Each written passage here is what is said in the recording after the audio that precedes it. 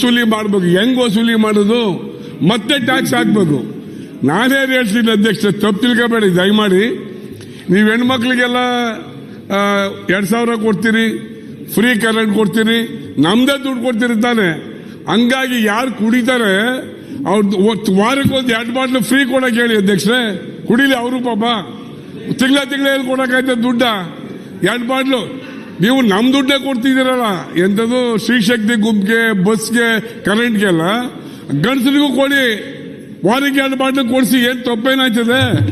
ಅದಕ್ಕೆ ಕೊಡಿಸಿ, ಸೊಸೈಟಿ ಮುಖಾಂತರ ಕೊಡ್ಸಕ್ಕೆ ಹೇಳಿ. ಹಂಗಂತ ಸರ್ಕಾರ ಮಾಡಿ. ನಮ್ಮ ಜಾರ್ಜಲ್ಲಿ ಕುಳಿತಿದ್ದಾರೆ, ಕೊಡಿ ಸ್ವಾಮಿ ಸೊಸೈಟಿ ಮುಖಾಂತರ ಒಂದು 2 ಬಾಟ್ಲ. ಎಲೆಕ್ಷನ್ ನಿಂತ್ಬಿಟ್ಟು ಸರ್ಕಾರ ಮಾಡ್ಬಿಟ್ಟು ನೀವು ಕೊಡಿ. ನೀವು ಗ್ಯಾರಂಟಿ ಕೊಟ್ಟಿದ್ರಲ್ಲ, ಈಗ ಗ್ಯಾರಂಟಿ ಕೊಟ್ಟಿದ್ರಲ್ಲ ಸ್ವಾಮಿ. ನಾವು ಆದಷ್ಟು ಕುಡಿಯೋದನ್ನ ಕಡಿಮೆ ಮಾಡಿ ಪ್ರಯತ್ನ ಮಾಡ್ತಾ ಇದೀವಿ. ಉತ್ತರ ಕೊಡ್ರಿ.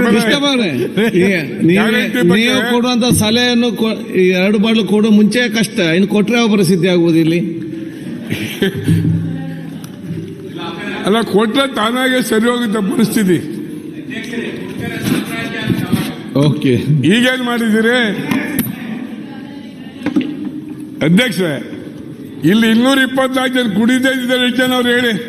ನಾವು 224 ಕುಡಿದೆ ಅಲ್ಲ, ಒಂದೊಂದು ಬಾಟ್ಲು ಕುಡಿದು ಈಗ ಬಿಟ್ಟಿದ್ದೆ ಕಣೋ ಬಾಬು.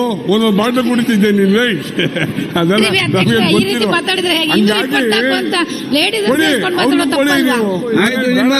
ಕೃಷ್ಣಪ್ಪ ಡೆಪ್ಯೂಟಿ ಹೇಳ್ತಾರೆ ಸಾಕು ನೀವು ಮಾತಾಡೋದು ಅಂತ ಹೇಳಿ ಗ್ಯಾರಂಟಿಗೆ. ಮತ್ತೆ